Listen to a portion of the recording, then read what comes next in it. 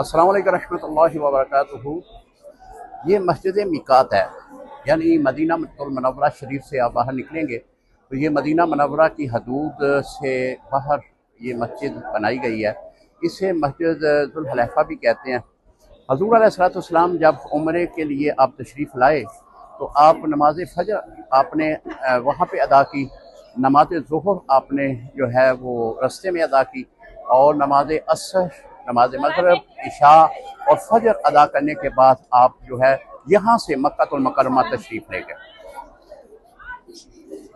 ये मस्जिद जो है इस जगह पे एक बहुत बड़ा दरख्त हुआ करता था जिसका बड़ा साया था।